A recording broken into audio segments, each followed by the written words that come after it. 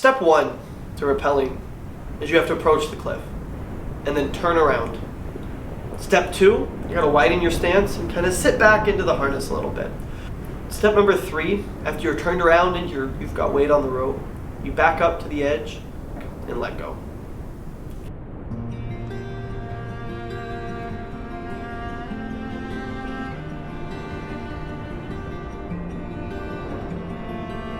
There's a deep connection between me and the outdoors and my relationship with God.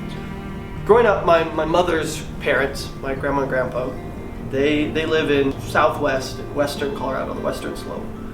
And so growing up for summers, I'd go out there for a month or two or three sometimes.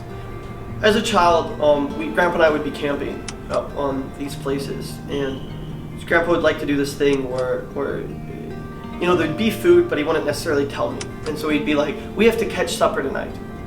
And it's up to God to provide us supper. And I suppose that he's teaching me these lessons. It's something that we need to trust God on. Once I got into college, I started having a personal relationship with God. Instead of being my parents' God or my aunt, uncles, or my friends' God, he became my God. An opportunity that I had that was to go overseas for a year as a student missionary. I stayed on an island that was south of Guam called Pohnpei. I had about 125 kids in a class teaching Bible. The scary part is that I'm leaving America. The fact that this was an opportunity to be alone and actually have to trust God.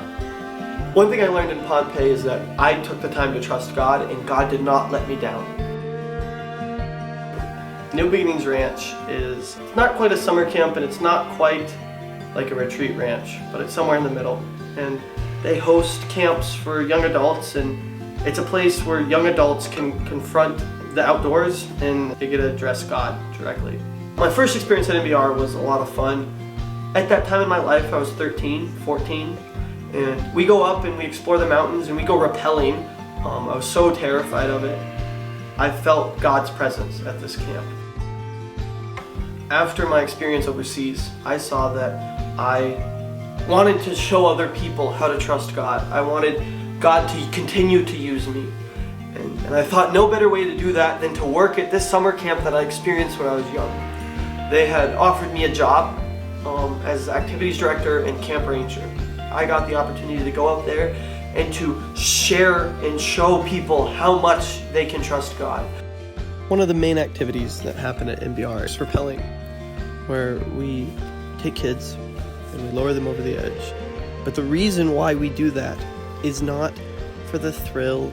The reason we do it is to teach them what it means to trust. You have to trust the rope. You have to trust the person belaying you. You have to trust yourself to make good, smart decisions. But you find that once you trust something small with your life, it's a lot easier to trust God in the important things and the big things. Having the opportunity to show people what it's like to trust God. Whether it's rappelling over the mountain and learning to trust these ropes, whether it's just sharing my testimony and the things that I've gone through in my life and how I've trusted God, I hope that God can use me to inspire others. The person I was 3 years ago, 2 years ago, would never in a million years see myself as a teacher or a camp director or someone that can even get in front of other people and tell them about my experiences.